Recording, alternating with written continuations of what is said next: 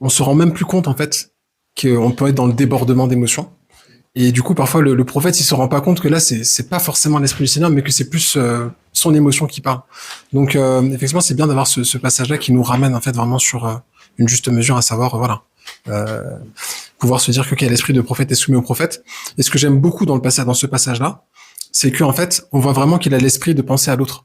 Parce qu'en fait, le Saint-Esprit, il te conduit toujours, en fait, dans l'intérêt de l'autre. Donc, en fait, je dois traduire. En fait, je parle, mais chacun son tour. Je respecte mon prochain.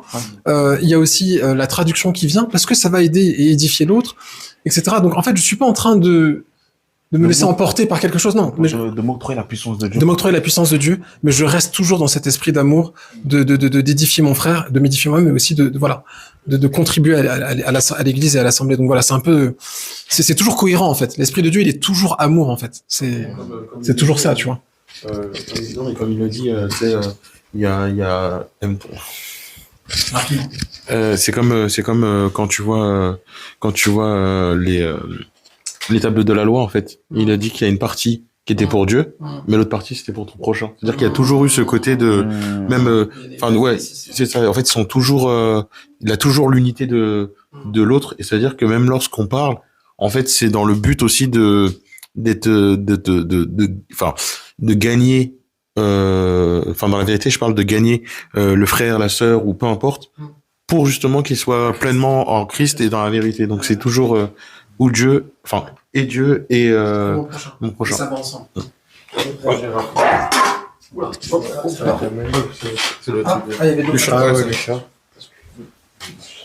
Je suis juste du coup.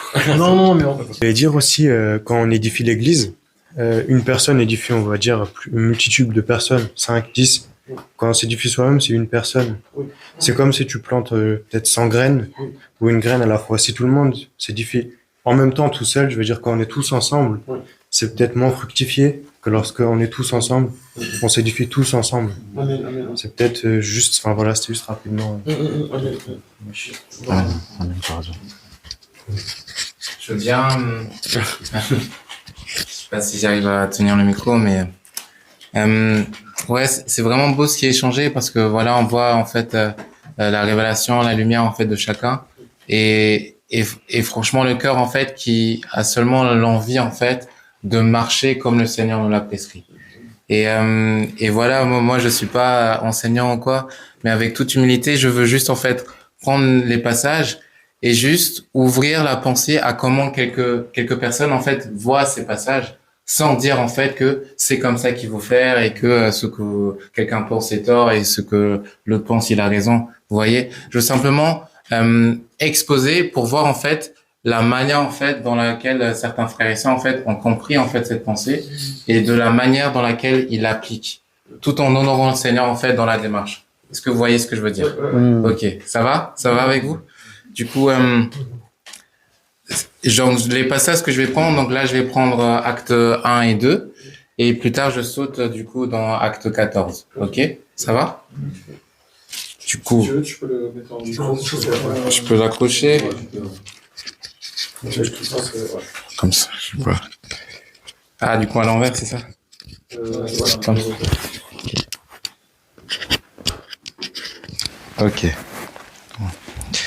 Donc, on peut aller dans acte 2.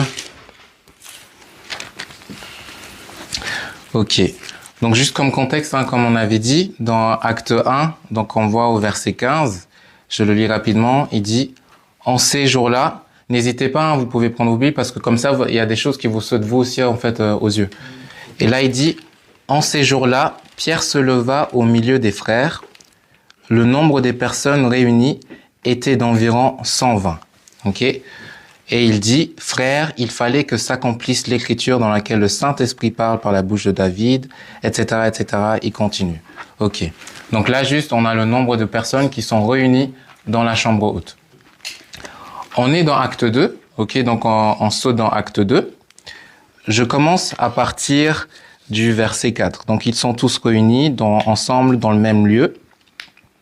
Et au verset 4, il dit « Ils furent tous remplis d'Esprit Saint et se mirent à parler en d'autres langues, selon que l'Esprit leur donnait de s'exprimer.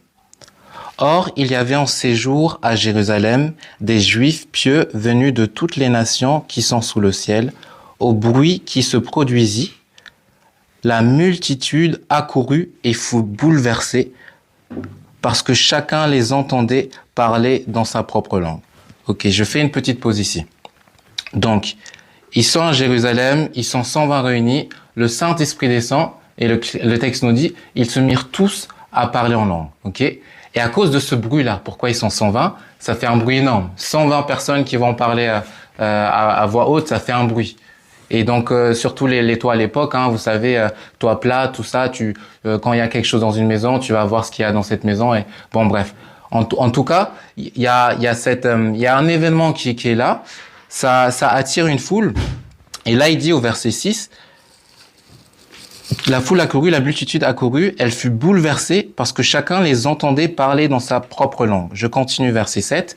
Ils étaient hors d'eux-mêmes et dans l'admiration et disaient, voici ces gens qui parlent, ne sont-ils pas tous galiléens? Comment les entendons-nous, chacun dans notre propre langue maternelle? Parthes, Mèdes, Élamites. Bon, vous voyez, je fais le saut, je passe verset 12. Tous étaient hors d'eux-mêmes et perplexes et se disaient les uns aux autres, que veut dire ceci? Mais d'autres se moquaient et disaient, ils sont pleins de vin doux. Ok. Ce qui est beau dans ce miracle que le Seigneur fait, c'est que des païens, des personnes de tout peuple, de toute origine, de toute langue, de toute culture, ils viennent et chacun les entend parler dans leur propre langue maternelle. Ok? Donc on a pris l'exemple, si on est 3-4 qui parlent en même temps, on va rien comprendre. 120 personnes qui vont parler en même temps. Ok? Comment se fait-il que chacun les entende parler dans leur propre langue? Vous voyez, ça veut pas dire, c'est juste la compréhension que certains en ont, ça veut pas dire que, je sais pas, Pierre il parlait Parthès, il parlait la langue des Mèdes, il parlait, non, ça veut dire il parlait les 120 ici, dans la pensée, hein, je vous explique juste la pensée, ils parlaient tous en langue, et le miracle se fait du côté, en fait, de l'oreille de celui qui écoute. Ok? Donc, l'oreille de celui qui écoute va entendre, en fait, la multitude et qui va entendre, en fait, ces actes, ces merveilles, en fait, de Dieu dans sa propre langue maternelle.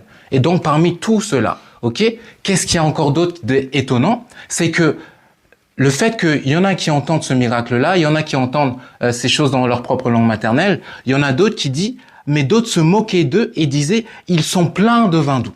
Et ces autres font partie des Parthes, font partie des Mèdes, font partie des Élamites, font partie de tous ceux qui étaient là. Pourquoi eux ne l'ont pas entendu dans leur propre langue maternelle? C'est-à-dire, c'est pas nécessitement ou nécessairement Paul et les apôtres, Pierre et les apôtres et les 120 réunis qui ont parlé dans leur langue, mais que les auditeurs, en fait, ont compris, eux, par la grâce du Saint-Esprit, par le cœur qui était touché, les merveilles de Dieu dans leur langue. Et des personnes qui n'ont pas eu ce miracle-là, ils n'ont pas entendu, ils ont que entendu le blabla, le charabia, comme on peut le dire. Vous voyez ce que je veux dire? Juste l'exposition en fait de cette pensée-là. On peut passer après ça du coup dans 1 Corinthiens 14. Là on était dans Acte 2, hein, c'est ça? C'est ça, là on était dans Acte 2, verset 13 à la fin.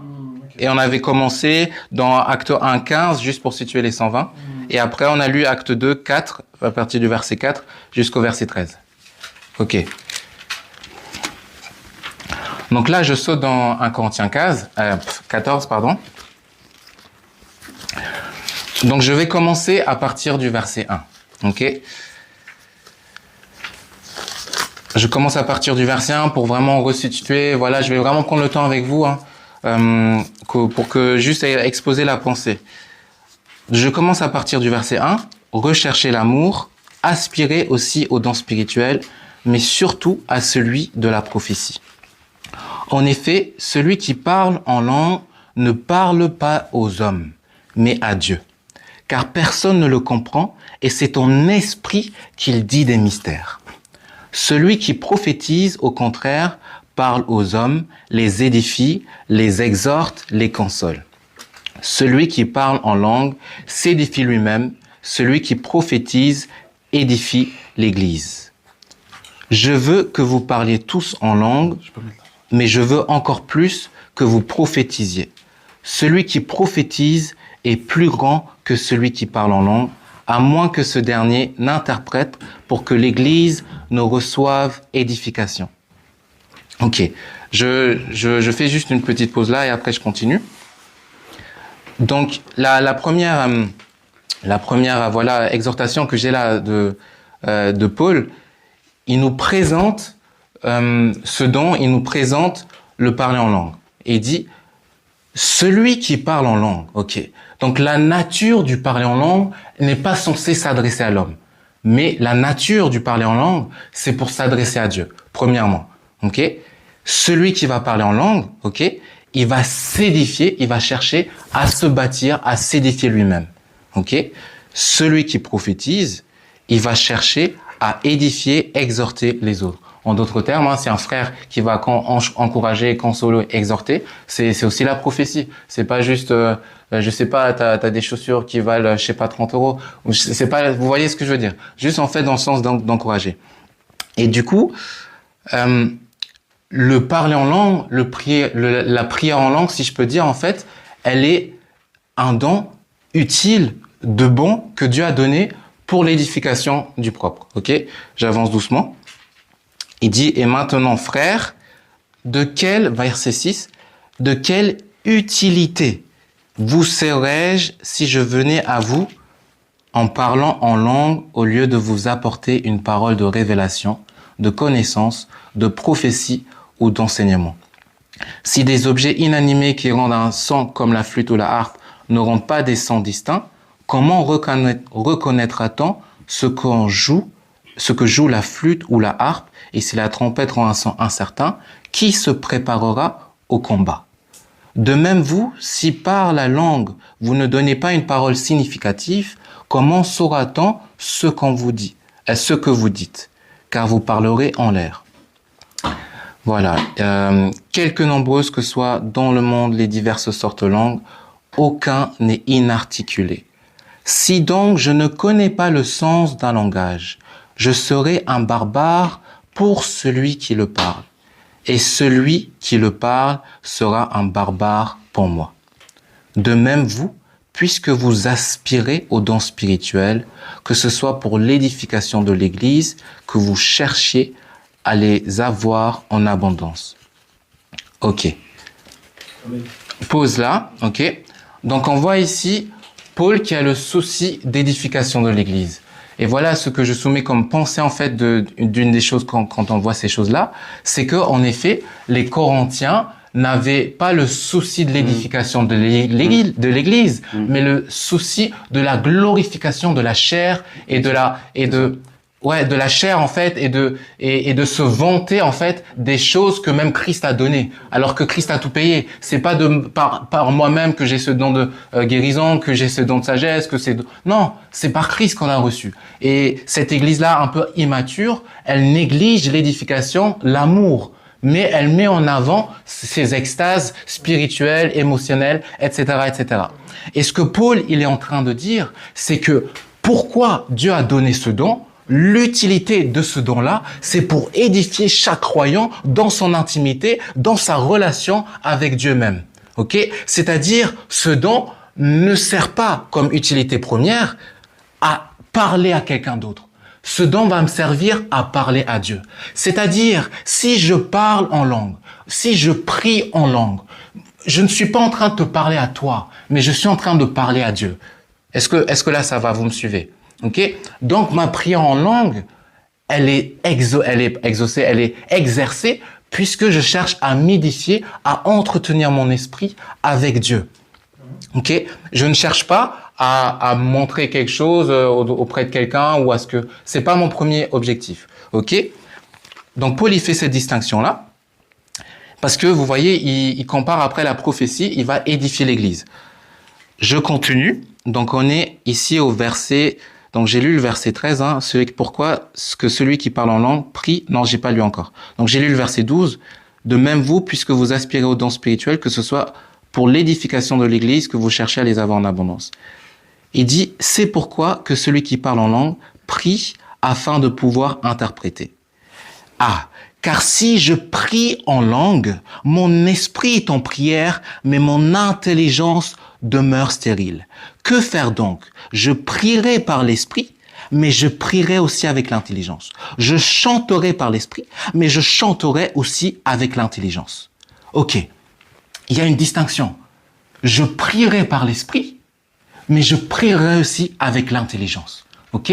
Quand je cherche l'édification de mon frère, lorsque je m'adresse à lui, je vais le parler, ok, en intelligence. Lorsque je cherche à prier, à ce qu'il soit encouragé, je vais chercher à prier en intelligence. Mais je n'interdis pas la prière en esprit, le chant en esprit. Et là, il dit autrement, verset 16, « Si tu rends grâce par l'esprit, comment celui qui est assis parmi les simples auditeurs répondra-t-il Amen à ton action de grâce, puisqu'il ne sait pas ce que tu dis.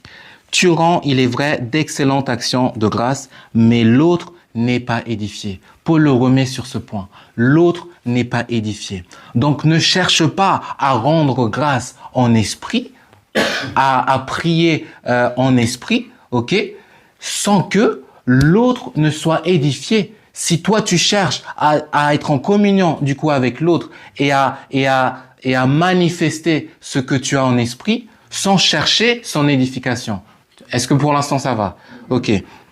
Et du coup, voilà verset 18. Je rends grâce à Dieu de ce que je parle en langue plus que vous tous. Mais dans l'église, je préfère dire 5 paroles avec mon intelligence. Pourquoi? Afin d'instruire les autres plutôt que 10 000 paroles en langue. Ok. Et donc je mets un point là-dessus.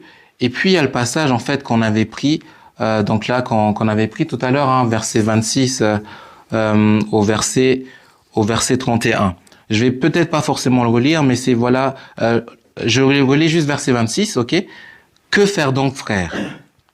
Lorsque vous vous assemblez, chacun a-t-il un cantique, une instruction, une révélation, une langue, une interprétation? Que tout se fasse pour l'édification. Qu'est-ce qu'il y a de commun entre les 5 choses qu'il vient de citer? L'édification. L'édification, ok, pour le corps. Ok, est-ce que vous voyez? Je révèle, j'énumère les choses. Chacun a-t-il un cantique, une instruction, ok, une révélation, une langue, une interprétation. Ok. Toutes ces choses-là, c'est pour édifier l'autre. Pourtant, Paul m'a dit au verset 1er, hein, au verset 1er et le verset 2e, au verset 2, pardon, de ce même chapitre, en effet, celui qui parle en langue ne parle pas aux hommes, mais à Dieu. Donc, il est en train de dire, une des pensées, hein, il est en train de dire qu'il y a une langue qui va édifier l'autre et qu'il y a la langue qui va édifier soi-même, mais qui n'est pas à destination de l'auditeur, mais à destination de Dieu même. Est-ce que vous voyez? Donc, c'est comme si il y a une distinction entre la liberté de prier en langue à Dieu et la vocation des paroles de l'esprit qui cherchent à édifier et qui vont passer par un canal afin que tout le monde entende. M'en parler en langue, pas tout le monde est censé l'entendre, mais pas quelqu'un n'est censé m'empêcher de le prier librement avec Dieu, que ça soit dans mon intimité ou je vous expose d'autres procès, ou que ça soit dans l'église, dans l'assemblée. Vous voyez, la vocation de se parler en langue, c'est pas de te parler en intelligence, c'est pas de t'édifier toi par mon parler en langue, c'est de m'édifier moi et que peut-être derrière je puisse aussi t'exhorter, prier pour toi, encourager. Mais il n'est pas en train de me dire que mon parler en langue est interdit. J'ai une question. Je sais que tu fais un long développement, mais juste pour que je ne perde pas. Comment tu comprends le verset 27 qui dit « En est-il qui parle en langue que 2 ou 3 au plus parlent, chacun son tour, et que quelqu'un interprète ?» Si je suis dans l'assemblée, en une seconde. Si je suis dans l'assemblée et que je parle en langue à ce moment-là, et Paul me dit « Mais en fait, il faut que quelqu'un interprète. » Déjà, on parle chacun à son tour. Donc, en d'autres termes, je suis en train de parler en langue, mais tout le monde est là. Donc, en fait, on m'écoute. Et ensuite, il y a un tiers, ou moi-même, si je peux interpréter, qui va interpréter. Ce parler en langue là, il a quelle vocation par rapport à ton développement? Parce que tu dis qu'au verset 2e, effectivement, celui qui parle en langue, il parle à Dieu pour son édification personnelle. Mais là, on a un parler en langue où on demande l'interprétation pour les frères qui sont dans l'assemblée. Mais comment est-ce que tu positionnes ce parler en langue? Parce que moi, je vois que c'est comme s'il y avait deux parler en langue finalement. Ok. Ouais. En fait, c'est ça. En fait, Paul, dans ce passage-là, donc tu as pris le verset 27, hein? Non. Oui, le verset juste après. Juste après, voilà, si l'un parle en langue, tout au plus 2 ou 3, et encore chacun son tour, qu'il y ait aussi un qui interprète. S'il n'y a pas d'interprète, qu'on se taise dans l'église, qu'on parle à soi-même et à Dieu. Comment je vois ce passage? C'est justement les Corinthiens qui cherchent à mettre leurs dents en avant et du coup à se vanter de cela, sans édifier. C'est-à-dire, il y a un parler en langue où tu reçois une parole, mais qui est donnée pour l'édification. Voilà. Mais il y a la simple prière qui entretient toi-même, qui entretient toi-même dans l'église. C'est-à-dire, lorsque, je sais pas, l'enseignant qui est présent, le docteur, qui va amener l'église à prier pour un sujet, et les voix s'élèvent pour prier par rapport à un sujet spécifique. Plusieurs sont en train de prier. Et ils prient par rapport à ce que l'esprit leur met à cœur pour ce sujet, etc., etc. Je suis en train de prier, ok? Mais je ne prends pas le micro, ok, pour prier afin que l'autre comprenne forcément. On est tous en train de tourner notre cœur, en fait, vers le Seigneur et de lui remettre cette requête-là. Et c'est comme, dans la sens, en fait, comme la prière, il y a la prière qui peut exhorter l'autre en l'entendant, et il y a cette prière que j'ai en m'entretenant. Est-ce que ça va? Mais à part où toi?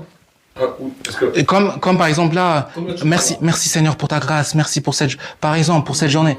Est-ce que tu vois, oui. En fait, ce que je veux dire, excuse-moi, juste, oui. c'est ça qu'il faut vraiment. Je comprends ce que tu dis, et la pensée est bonne, mais il y a juste une petite nuance, juste que j'aimerais mettre. En fait, si on lit, parce que, on a lu plusieurs versets, mais il y a juste un moment où il dit, mais s'il n'y a point d'interprète, 28. Donc, juste après. Ouais. S'il n'y a point d'interprète, qu'on se taise dans l'église et qu'on parle en soi-même à Dieu. En fait, ce que j'essaie d'expliquer, c'est que, en fait, c'est comme pour tout. Le Seigneur, il a pas mis des mots comme ça. C'est-à-dire que c'est Dieu qui fait tout.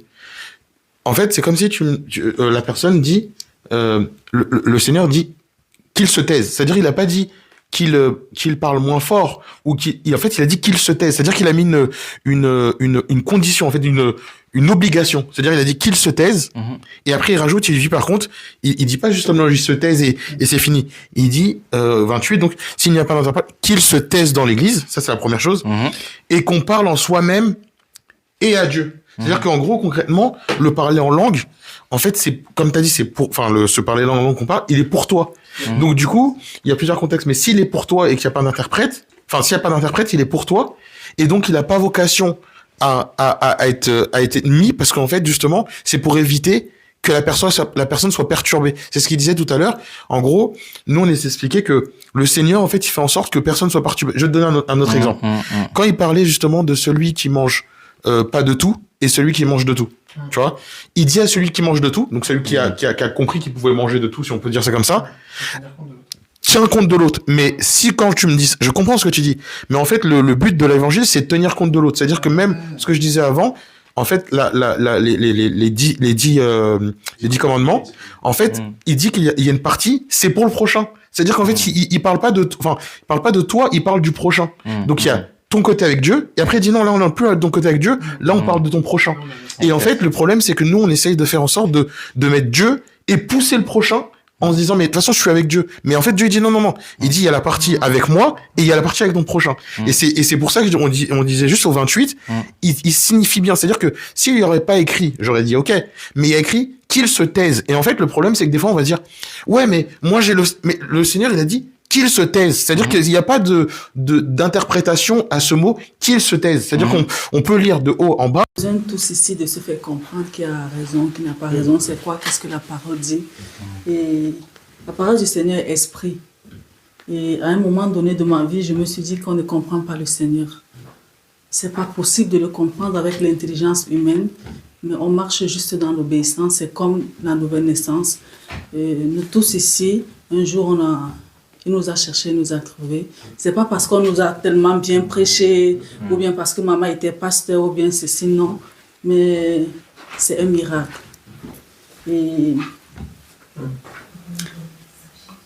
c'est comme si on veut chercher à, je sais pas les raisons, de dire mais qui a raison par rapport au parler en langue. Et moi je pense que le Seigneur fait comme il veut. C'est comme si on va dire que mais grâce, toi tu pries où? Tu es catholique? Ah non, non, tu n'es pas ma soeur. Moi je le dis pourquoi? Parce que l'humilité, c'est le Seigneur qui me l'a appris. C'est pas quelqu'un. J'étais tellement orgueilleuse, mais quand j'ai rencontré le Seigneur, il m'a pressée comme ça, comme une orange, et je disais non, c'est moi qui connais. C'est vrai que j'étais de nature très timide, mais pour la parole, je parlais tellement, je me disais non, c'est tel verset comme ça. Et un jour, le Seigneur a fermé ma bouche devant les témoins de Jéhovah. Et on a dit non, grâce va dire quelque chose. Et je suis arrivée avec j'avais les versets plein dans la tête, et le Seigneur a fermé ma bouche. Donc j'ai appris dans cette humilité-là. Moi, je me dis, si la sanctification, on est au temps de la fin, et la seule chose qui nous intéresse, avec tout ce qu'on peut traverser, l'Église, parce que la parole nous dit que ce qu'on vit à Strasbourg, c'est ce que l'Église de Reims vit, c'est ce que l'Église de Paris, on vit la même chose, on a la même soif. Si on va si on commence à se dire, mais si, il y a des gens qui disent que Jésus-Christ n'est pas Dieu. Grâce, toi, tu dis quoi? Que Jésus-Christ c'est Dieu, on marche ensemble. S'il n'est pas Dieu, on ne marche pas ensemble. C'est qui mon frère, c'est qui ma soeur? Est-ce que grâce vit sa vie de sanctification? Le problème est à quel niveau? Parce que le frère, tout à l'heure, il a dit, il y a des gens qui tombent tout le temps. Mais tu n'es pas délivré. Quand tu rencontres le Seigneur, franchement, humblement, je me dis, le Seigneur est esprit. Je jugeais beaucoup. Il y a des gens qui souffrent dans le secret. Si on marche comme ça, on risque de passer à côté. Il y a des gens qui souffrent, qui se sentent indexés, qui n'arrivent même plus à se regrouper parce qu'on va dire non. Il y a une soeur qui m'a parlé, c'est pas, ça fait 2 semaines à 1 mois. Elle me dit qu'elle se demandait, Seigneur, mais pourquoi je tombe? J'ai tellement honte. C'était toujours elle qui tombait, elle disait, mais il y a d'autres personnes, mais le Seigneur fait comme il veut.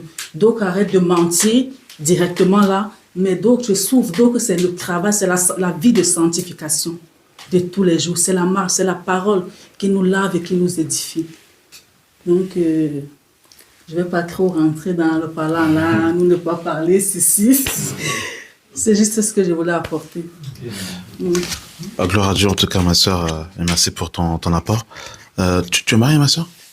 Pas encore. Ok, pas encore, d'accord. Bah, que le Seigneur te fasse grâce. Je vais juste répondre ajouter, je dirais plutôt ajouter à ce que tu as dit. Si je prends la vision du mariage, lorsqu'un homme et une femme se rencontrent et qu'ils se marient, le but, en fait, ce n'est pas qu'ils restent comme ils sont, mais c'est qu'ils soient d'un point A à un point B. Et en fait, ce que le Seigneur est en train de nous dire ici, sans annuler ce que tu dis, c'est effectivement que celui qui est saint se sanctifie encore, nous devons nous sanctifier. Et comme tu l'as si bien dit, souvent, on peut parler des choses doctrinales, mais il y a des gens qui souffrent dans le secret et on le sait pas, on ne se soucie pas d'eux parce qu'on est dans les dogmes et on n'est pas en fait en gros dans le cœur pastoral du Père, du Seigneur Jésus-Christ qui a le souci en fait des pattes des brebis, parce qu'il y a des brebis factuellement dans la maison de Dieu, ils ont les pattes brisées, ils ont plus de laine, ils ont faim, ils ont soif, et il faut que nos regards aussi soient portés sur ces gens-là. Et c'est très vaste ce que tu as dit. Je voulais juste compléter en disant que je reviens sur l'aspect du mariage, c'est que lorsqu'on se marie, c'est pour devenir meilleur. C'est-à-dire que on ne se marie pas simplement pour avoir des enfants, on ne se marie pas simplement pour porter une robe, on se marie pas simplement pour porter un costume, mais on se marie pour ressembler à Jésus. Donc du coup, quand l'homme et la femme rentrent dans le mariage, ils sont dans un processus de perfectionnement où Dieu va briser la femme, où Dieu va briser l'homme pour l'amener à ressembler à Jésus-Christ. Et du coup, en fait, dans l'église, en fait, c'est la même chose. C'est-à-dire que le Seigneur, il va nous ramener dans une compréhension de sa volonté, parce que dans Matthieu chapitre 6, Jésus-Christ dira, notre Père qui est aux cieux, que ta volonté soit faite. C'est-à-dire que, et Jésus-Christ dans le jardin de Gethsémani, il dira que ta volonté soit faite comme tu le veux et non comme je le veux. Donc le Fils cherchait la volonté du Père, et nous en tant que Fils, ce que nous cherchons simplement, c'est Seigneur, qu'est-ce que tu veux? Quelle est ta volonté? Et maintenant, en fait, selon la volonté du Père, on va se vider de nous-mêmes pour, en fait, justement, que la volonté du Père, en fait, domine sur nous. Et pour ça, ça nous appelle à la mort à nous-mêmes. Et c'est ça là la difficulté. Et moi, je pense que même, en fait, c'est un rapport avec la sanctification, parce que se sanctifier, c'est pas simplement fuir l'impudicité. Se sanctifier, c'est renoncer à sa philosophie, son raisonnement, sa pensée, pour penser comme le Seigneur et d'être rempli comme le Seigneur. Donc, en fait, je pense que il y a un complément dans ce que tu dis, c'est que le Seigneur veut qu'on se sanctifie en allant plus loin dans sa volonté, dans ce qu'il veut, dans sa précision et dans les détails, parce que Dieu est le Dieu du détail et de la précision. Et des fois, il y a des choses qu'on peut penser qui sont bonnes au début. Et c'est pour ça, dans Romains chapitre 11, on dira de chercher ce qui est bon, parfait et agréable. Donc, en fait, en gros, on doit chercher l'excellence avec le Seigneur. Et je pense que, en fait, le Seigneur, je terminerai par là, on est dans le temps de la préparation. Et dans le temps de la préparation, factuellement, c'est quoi? C'est qu'en fait, la fiancée, elle prend sa toilette. Elle se regarde dans le miroir. Et en fait, elle enlève les taches pour ressembler à Jésus. Donc, plus Jésus revient, plus il va être exigeant. Et c'est-à-dire que si, entre guillemets, avant, on pesait, comprenez mon langage, on n'est pas dans le sens spirituel, on pesait 70 kilos, bah, Jésus, il va dire, pèse 20 kilos. En fait, dépouille de toi-même, parce que je reviens, en fait. Et comme Jésus revient, et que je me prépare, je me dépouille de moi-même pour le ressembler, et pour chercher à savoir quelle est sa volonté. Et chercher sa volonté va me mener, en fait, en gros, à me regarder dans le miroir, et enlever, en fait, les rides du vieil homme. Ce que je faisais avant, que je croyais normal. Et en fait, l'exigence du Seigneur, c'est que, en fait, Jésus revient, je dois être prête, et je dois être semblable à lui. Je dois être comme mon époux, je dois lui ressembler, et en fait, ce que l'époux veut, je dois être comme l'époux est. Et c'est dans ce sens-là, bah, Dieu va nous amener au perfectionnement, à l'aiguisement, au taillage, dans l'humilité, bien sûr, ma soeur, comme tu l'as dit, hein, pas dans un sens, effectivement, de mépriser les uns et les autres, mais plutôt dans un sens, en fait, de se préparer à ressembler à Jésus. Et le Seigneur, en fait, il nous bouscule, en fait. Il nous bouscule en disant, je reviens. Secoue-toi. Ne reste pas sur tes gloires passées, sur, ah oui, avant, je faisais comme ça, oui, mais maintenant, je t'éclaire aujourd'hui. Et ce qui est intéressant, c'est que Pierre, en vérité, quand, en fait, on a pris l'exemple, je sais plus quelle raison de tu et mange, quand Pierre dit à Corneille, tu et mange, Pierre, il avait une compréhension.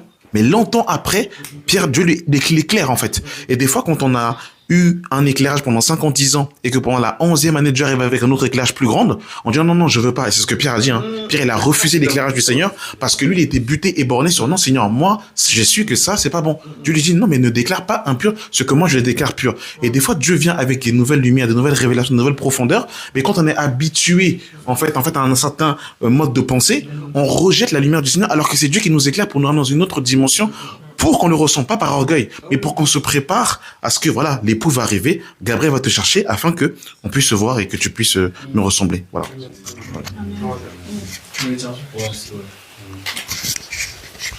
En fait, moi, j'aime bien, en fait, comment l'esprit, en fait, conduit les choses.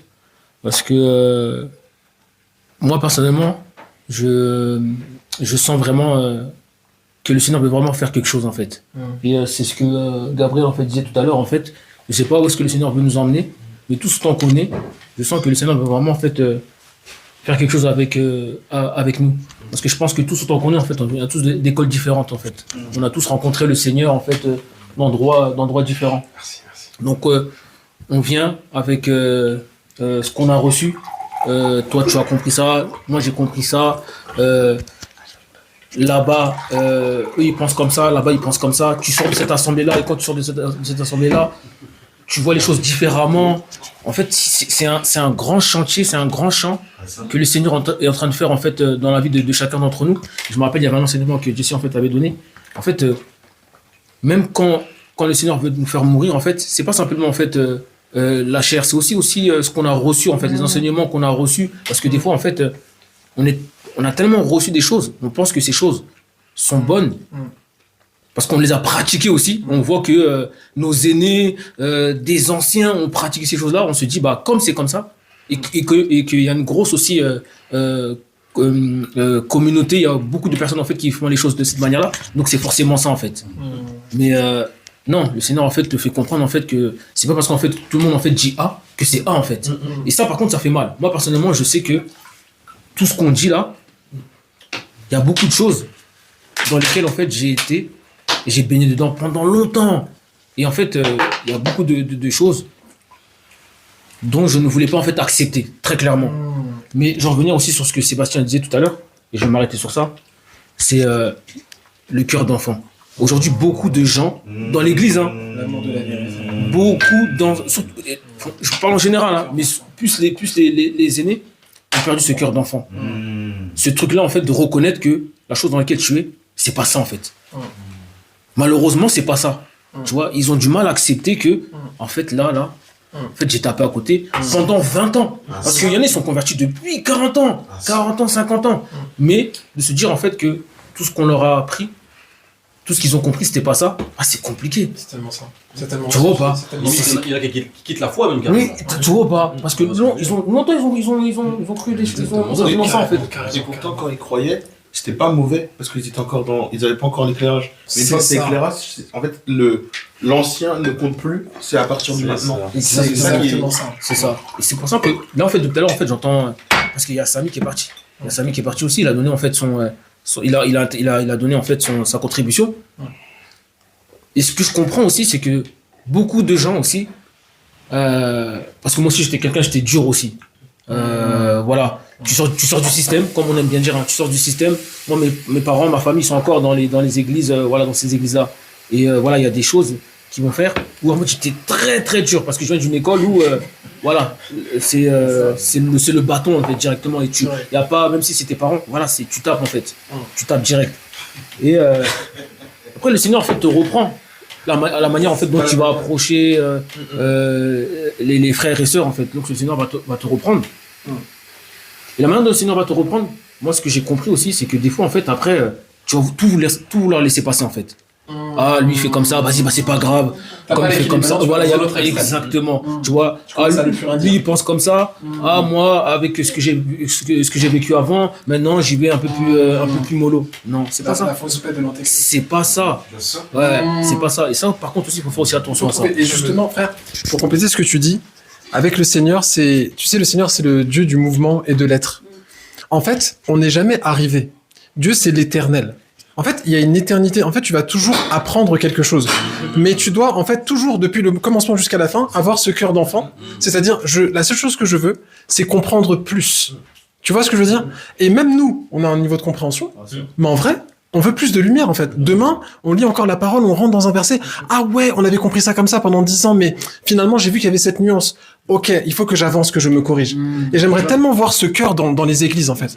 Alors aujourd'hui, quand on vient avec le message et la vérité, les gens ils disent non mais il faut m'accepter, il faut être tolérant, mon frère, ma sœur, vas-y, on est ensemble. C'est l'œcuménisme. Non, en fait, c'est pas, on ne vient pas avec le bâton, on vient pas pour crucifier les gens. Mais l'idée, c'est d'être dans le mouvement et l'être, c'est-à-dire que de grandir. Il y a pas de stagnation dans la foi. Soit tu régresses, soit tu grandis. C'est juste ça que je voulais. Mais tu vois, je pense que c'est compliqué. Enfin, effectivement, il faut grandir. Et ce que tu disais, Scotty, c'est qu'effectivement, surtout pour des anciens, quand tu as 20 ans, 40 ans de conversion, de te rendre compte que waouh, en fait, ça fait depuis tout ce temps que je suis dans le faux. Rétropédaler, c'est compliqué. Parce qu'en fait, exactement. Et c'est-à-dire qu'en gros, tu vas demander à un ancien d'avoir un cœur d'enfant. Tu vois ce que je veux dire? C'est comme si, en gros, tu demandes à un adulte de conserver son cœur d'enfant. Donc, effectivement, à la fois, on est toujours en mouvement, il faut toujours avancer. Amen. Mais ce cœur d'enfant-là, il faut le garder. Du début à la fin. Tes années dans le Seigneur, il faut continuer. Ça te ramène même à l'humilité en fait. C'est exactement ça. C'est ça qui manque en fait dans l'église. C'est exactement ça. Je le dis, mais vraiment non, tu peux garder le micro. Ouais, mais vraiment tu peux. C'est ce qui manque en fait dans l'église en fait. Tu vois, c'est que il y a plus cette humilité en fait de venir en fait à l'assemblée avec tous les bien-aimés et dire en fait que ce que je vous ai enseigné en fait. C'était pas ça en fait. Ouais. Pour l'instant, hein, je le dis, hein, je me trompe peut-être. Hein, pour l'instant, j'ai pas encore vu. J'ai pas encore vu un ministre venir comme ça et dire en fait tout ce que je vous ai enseigné là depuis le début, c'était pas ça en fait. Pour l'instant, j'ai pas encore vu. Moi, j'ai en tout cas, quand même, Jesse à un moment, il avait dit quoi? Quand il avait appris par son grand-père, il était très dans le jeu, et que en fait, il a dit, mais j'ai appris que c'était pas comme ça qu'il fallait apprendre, mais plus avec la douceur. Il y a quand même, mais pas, oui, tu sais, c'était pas d'une fausse doctrine, mais c'était la manière, tu vois, même la manière de venir et tout ça.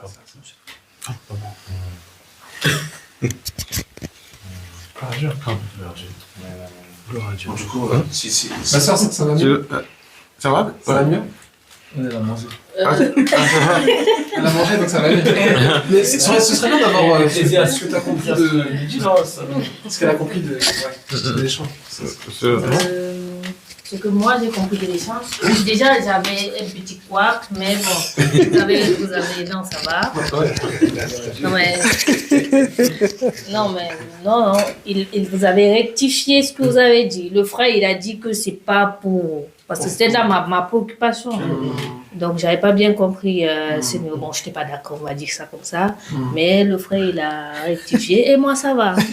Bon, maintenant, la deuxième des choses. On a encore un peu le temps. Un petit peu, ouais. Parce que le frère, il a dit petit frère, tais-toi.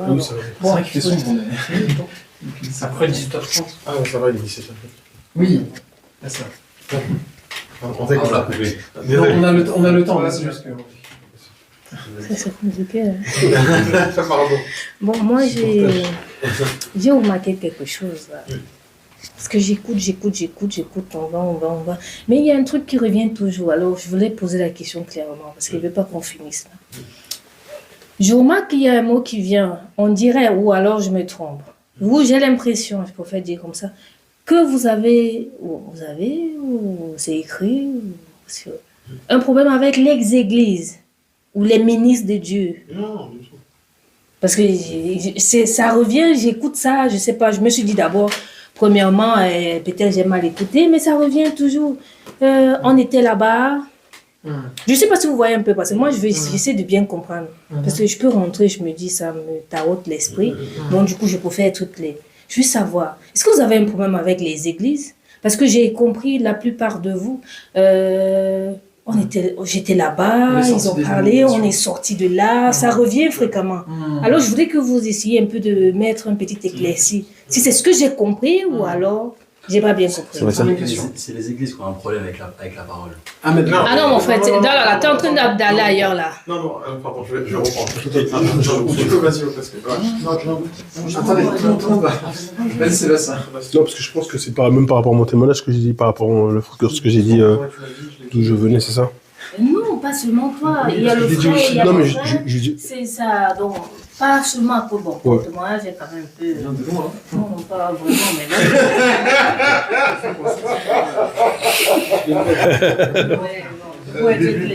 Non, c'est... Non, en tout cas... La pensée, c'est quoi? C'est que... La réalité, pas ce que tu penses, exactement. Je veux pas que ça dise la pensée. Non, ma pensée, je parle vraiment ça, c'est ce que je disais, ma pensée, ouais. C'est de ce que je pense, pas... En fait, je te parle pas pour moi, la raison pour le... La force. En fait, moi, pour parler clair, parce qu'effectivement, voilà, Gabin a parlé de là où on était. Après, je pense que ça va varier en fonction des personnes, parce qu'effectivement, on peut pas globaliser. Donc, déjà, je clarifie la chose. J'étais enfant de Dieu. J'ai reçu l'esprit de là où je suis parti. Donc ça, c'est la première des choses. Donc, c'est pas de dire que c'est diaboliser les endroits, les églises, etc. Là, c'est pas la longue. Maintenant, là où j'étais, la doctrine, les choses étaient prêchées. Et je sais pas si tu as suivi lorsque j'ai parlé dans Matthieu 7 sur la mise en pratique de la parole. C'est ça, en fait, qu'il n'y avait pas. C'est-à-dire que, après, bien entendu, moi, j'ai parlé de manière rapide, mais c'est quelque chose il y a beaucoup de tests, il y a la persévérance, etc. C'est pour ça que j'ai insisté le fait d'être parti en paix. Mais en fait, c'est l'aspect où, pour parler clair, on va parler clair, par exemple, là où j'étais, il y a eu plusieurs scandales. Scandales d'adultère, d'impudicité, etc. Le problème, c'est pas les scandales. C'est la manière dont tu réagis. Bien entendu, moi, personnellement, j'étais responsable de jeunes.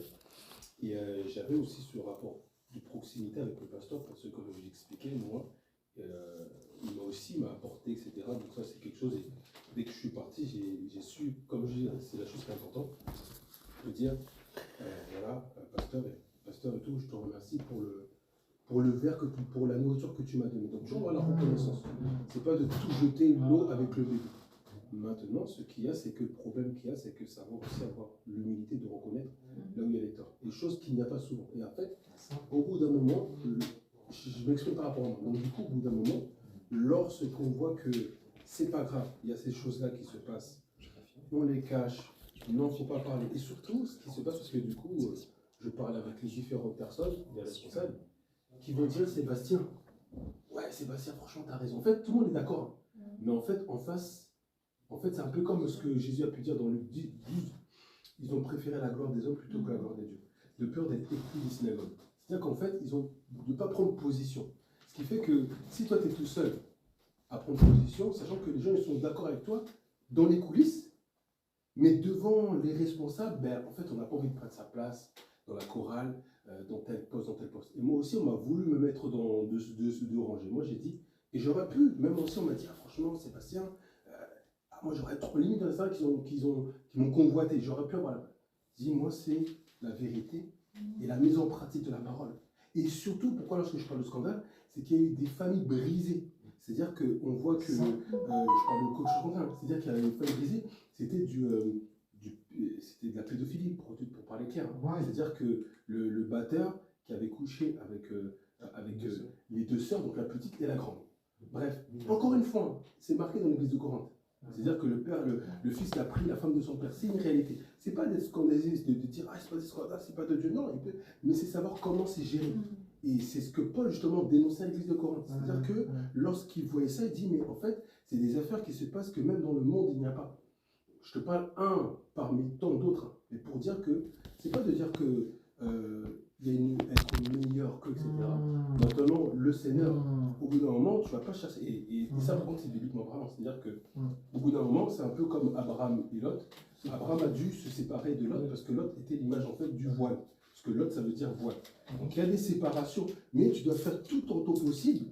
Dès que le Seigneur te dit, ben là tu as fait ton possible, tu n'es pas parti dans l'animosité, tu as essayé de réconcilier. Après, au bout d'un moment, les personnes clairement elles te disent, ah écoute, ben, si tu n'es pas d'accord, ben, tu pars. C'est un peu comme voilà, le gouvernement, parti politique. Donc voilà, c'est vraiment par rapport à ça, en tout cas sur ça. Après maintenant, la pensée par rapport je pense qu'il y a différentes circonstances aussi au niveau des assemblées, mais encore une fois, ce n'est pas de dire que, parce qu'en vérité, hein, l'ennemi, il a séduit FO dans le jardin. Donc ce n'est pas le lieu qui détermine les problématiques. C'est le cœur en fait qui a. C'est pour ça qu'en fait, en vérité, on peut parler, on peut prêcher, etc. Toutes ces choses-là. Mais ce qui va faire foi, c'est la mise en pratique de la parole de Dieu. C'est ça qui va vraiment mettre tout le monde d'accord. Tu peux me dire l'amour, tu peux me dire ces choses-là. Donc en fait, voilà, en tout cas, l'une des raisons. Après, il y a des raisons. Non, c'est la raison principale, mais il y a d'autres choses. L'une de ces raisons. Parce que c'est à toi, c'est pas à tout le monde. Quand j'ai bien dit, c'est que je constate. Juste que c'est. Je sais pas si vous comprenez ce que j'essaie de dire. Bien sûr, parce qu'en fait, en fait, on n'est pas en train de. Parce que là, en fait, le problème qu'il y a, c'est que tu penses qu'on dit que les églises. Parce que c'est ce que tu as dit. Non, juste avant, tu as dit. J'ai l'impression que vous avez un problème avec les églises. Non, c'est pas ce qu'on est en train de dire. On dit juste qu'en gros, concrètement, c'est que même si, par exemple, comme l'église, parce que j'étais avec lui, c'est-à-dire que quand tu as entendu ce témoignage-là, par exemple, tu as entendu ça, mais on était dans la même église. Donc, c'est-à-dire que moi aussi, quand il t'a dit ça, moi je parlais, c'est le même témoignage. La seule chose qu'on disait, c'est que, en gros, aujourd'hui, même dans des églises qui sont bien, il y a des choses à revoir. Ça, c'est normal. C'est-à-dire qu'il n'y a aucune église qui est parfaite et il y a des choses à revoir. Et en fait, le problème, c'est qu'au lieu de revoir les choses et les changer, comme Dieu le veut, en fait, on accepte que ça reste comme ça. C'est comme si, je vais te donner un exemple, demain, tu vas avoir ton enfant, fais à Dieu, mais en fait, ton enfant, tu vas l'éduquer.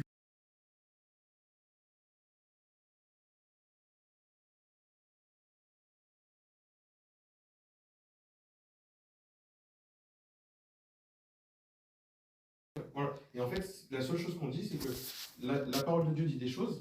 Les églises en général, il y a des choses à revoir, parce que quand tu regardes même dans l'Apocalypse, il parle aux églises, mais il dit change ça, sinon je te retirerai. En fait, il parle aux églises, donc c'est Jésus. C'est-à-dire que Jésus, il parle aux églises, donc il y a des réalités dans les églises, et il y a des changements à faire, parce que si on ne les fait pas, en fait, en gros, concrètement, ce que je disais, c'est que une fois que le Seigneur va arriver, en fait, nous, on est en train de se dire juste, oui, je sais que je le connais, etc.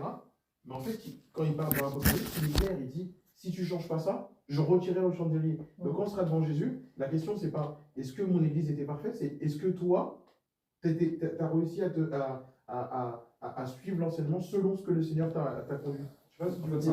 C'est un retour aux Écritures, en fait, tout simplement. C'est ça, vous voulez dire ça? Non, ouais, c'est juste ce que je voulais dire. Et on n'est pas en train de dire qu'on est meilleur que les autres. Hein. C'est vraiment que tu saches ça. Ça, c'est... Non. Non, mais je dis toujours parce que j'observe, j'écoute, je prête attention. C'est vrai que j'avais beaucoup fait en religion, mais je prête vraiment attention.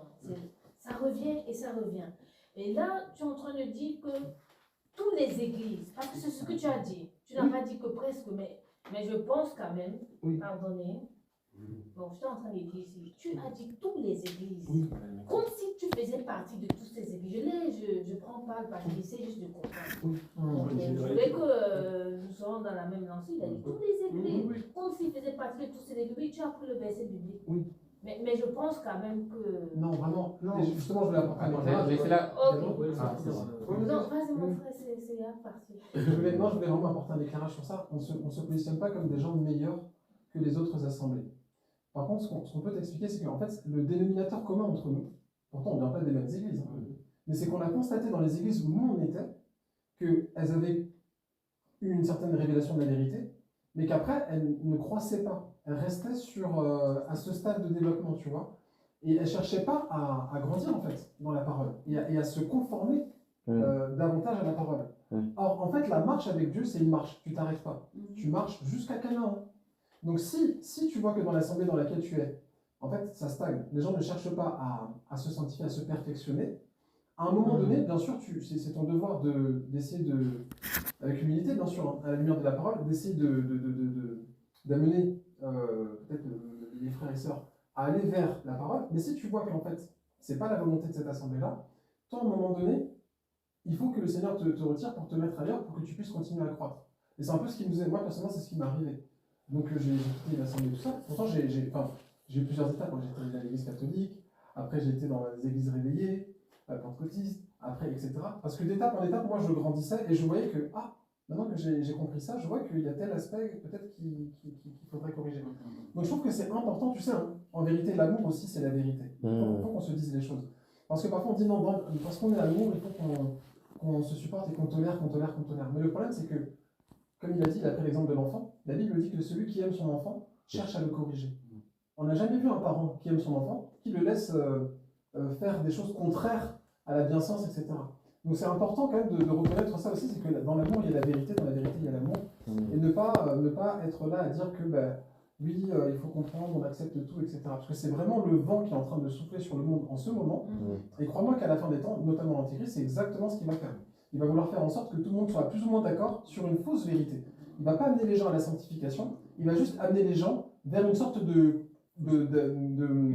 d'accord, un œcuménisme, un accord qui repose pas sur la justice. Quand les gens diront paix sur terre. Et qui repose pas sur l'équité, mais qui reposera sur un faux amour, l'amour de l'acceptation de tout. C'est pour ça que tu vois, on parle de la pensée unique aujourd'hui dans le monde qui est en train de vouloir monter. C'est exactement ce qui est en train de se passer. Et nous, en tant que colonne et appui de la vérité, on doit rester ferme et dire que on vous aime beaucoup, et parce qu'on vous aime, on doit aussi dire la vérité. Et nous aussi, cette vérité, elle s'applique à nous aussi. Donc si demain Jessie dit quelque chose qui ne va pas, on va lui dire frère, on prend la Bible, on regarde. Parce qu'en fait, cette mesure qu'on applique aux autres, on se l'applique d'abord à nous-mêmes. Je veux vraiment qu'elle comprenne ça. Nous, on n'est pas du tout en train de juger des gens, mais on est en train, en tout cas, de se juger nous-mêmes par rapport aux autres, à la lumière de la parole. Et c'est ça qui nous a tous amenés ici, je pense, parler pour tout le monde, pour dire que, en fait, à force de lire la Bible, on s'est rendu compte que, ah oui, mais ce que j'ai appris ici dans l'Assemblée, c'est plus ça, en fait. Il faut que je monte. Et c'est ça qui nous a amenés ici. Tout simplement. Juste de compléter ce que tu disais, le mot jugement, je pense que des fois il est pris à tort en fait. C'est ça. C'est que en fait l'homme spirituel est amené à juger. Parce que la Bible dit que l'homme spirituel juge de tout. Et en fait le jugement c'est pas la condamnation, c'est le discernement. De discerner ce qui est bon, ce qui est pas bon. Sauf qu'aujourd'hui, on va dire faut pas juger. Mais justement en ne jugeant pas, on tombe dans le passage de Hébreux qui dit que vous qui devez être des maîtres, vous avez encore besoin qu'on vous donne de lait. Et en fait, l'enfant ne sait pas discerner le bien du mal.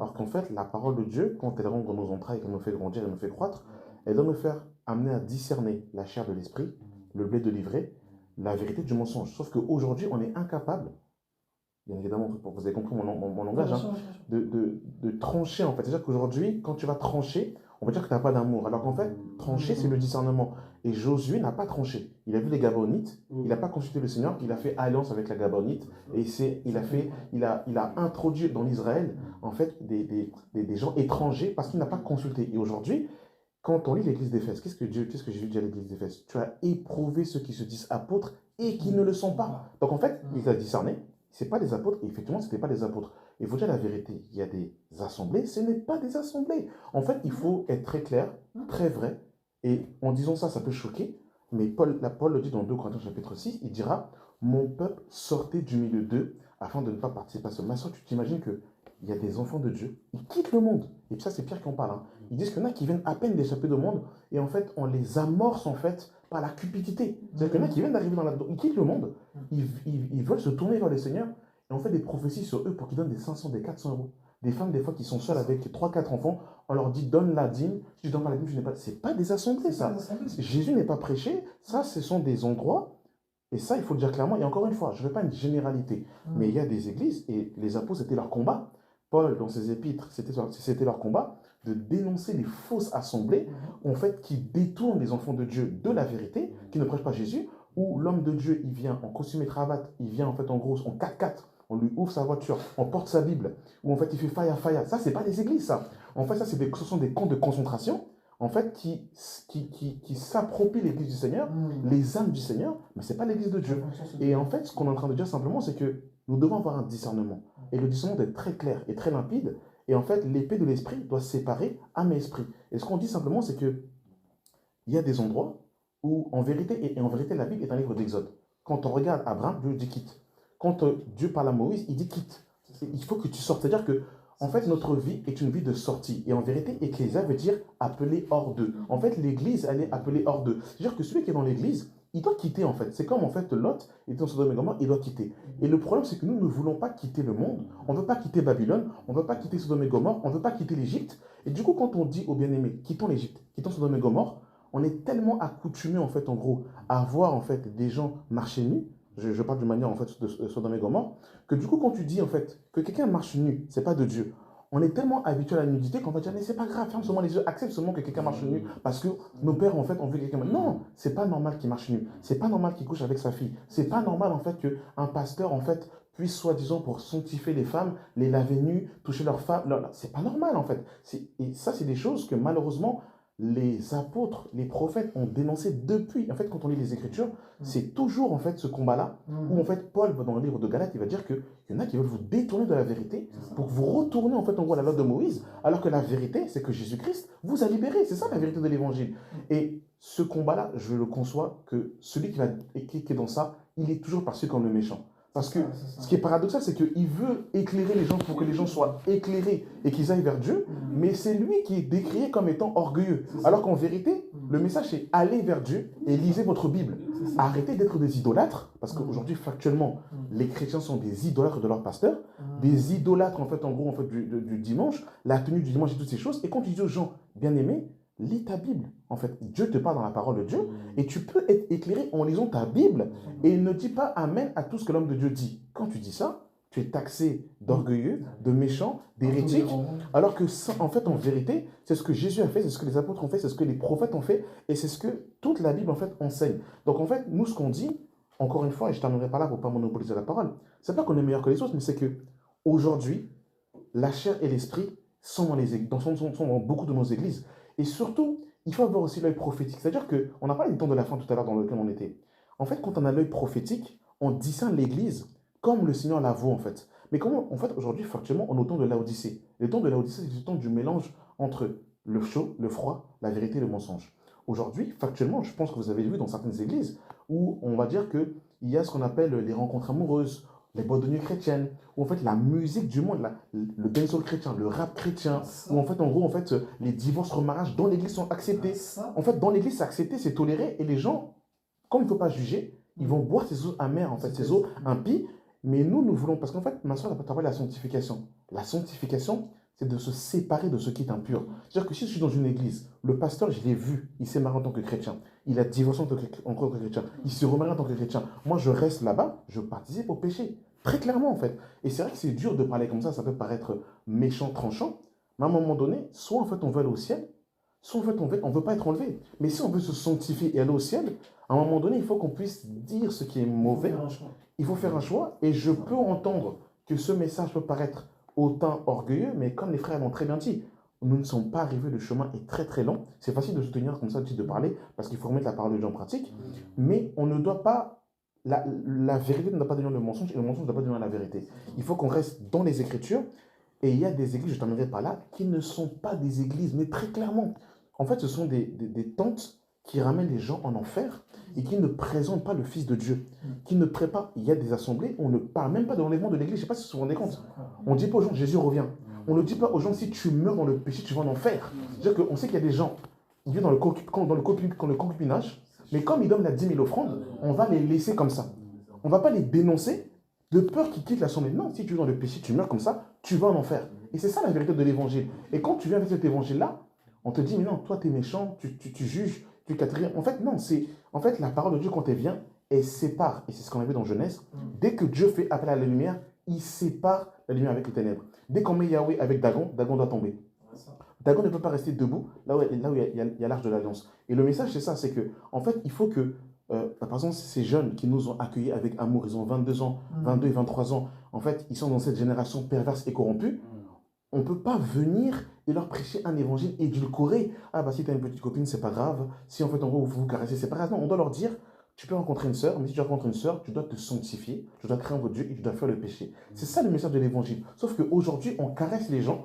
En fait, on ne leur dit pas la vérité, on ne veut pas les bousculer, parce qu'on a peur que les gens quittent les assemblées, donc on ne va pas dire la vérité. On ne va pas dire en fait qu'il y a des tenues vestimentaires, que si des sœurs les portent, et si elles meurent comme ça, c'est pas de Dieu. S'il y a des tenues dans lesquelles les frères s'habillent, qui ne sont pas dans la volonté de Dieu, pour ne pas choquer en fait. En fait, on est dans un évangile pour cajoler un peu les gens.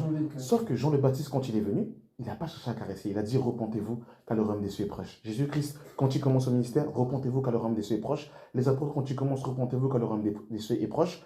Et ce message-là, c'est ça, mais même qui nous réveille. Parce que je ne sais pas si on se rend compte, je terminerai vraiment par là, c'est que dans Matthieu 25, les 10 vierges se sont endormies. Même les vierges sages se sont endormies. C'est-à-dire que pour rester éveillé, il faut un message qui te réveille. Et le message qui te réveille, c'est pour te dire, Jésus revient, sanctifie-toi, discerne ta robe. Et discerne pour savoir si tu marches dans la foi et dans la vérité. Et c'est ça qui te réveille et qui te met en alerte en disant, attends, est-ce que Marie, il n'y a pas une tâche dessus là? Est-ce qu'en fait, je marche vraiment sur la Bible ou est-ce que je marche sur les traditions de mes pères? Et c'est ce message-là qui te maintient en haleine quand tu te disputes avec ta femme. La Bible te dit, non, là, comment tu parles ta femme, c'est pas bon. Va te réconcilier avec ta femme. En évangile, quand tu te chamailles avec ton frère, la Bible dit, va te réconcilier. C'est ça l'évangile de Dieu. Et il faut que ce message soit prêché dans nos églises. Et c'est ce message-là qui va préparer les gens au salut, à l'enlèvement de l'église, à la sanctification et à la ressemblance avec le Fils de Dieu. Voilà.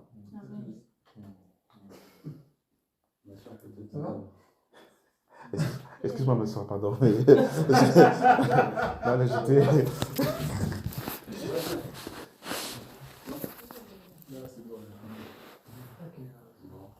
Après, à peu près qu'on a dit beaucoup de choses. Hein. Je ne sais pas qu'est-ce que vous en pensez. Vas-y, vas-y.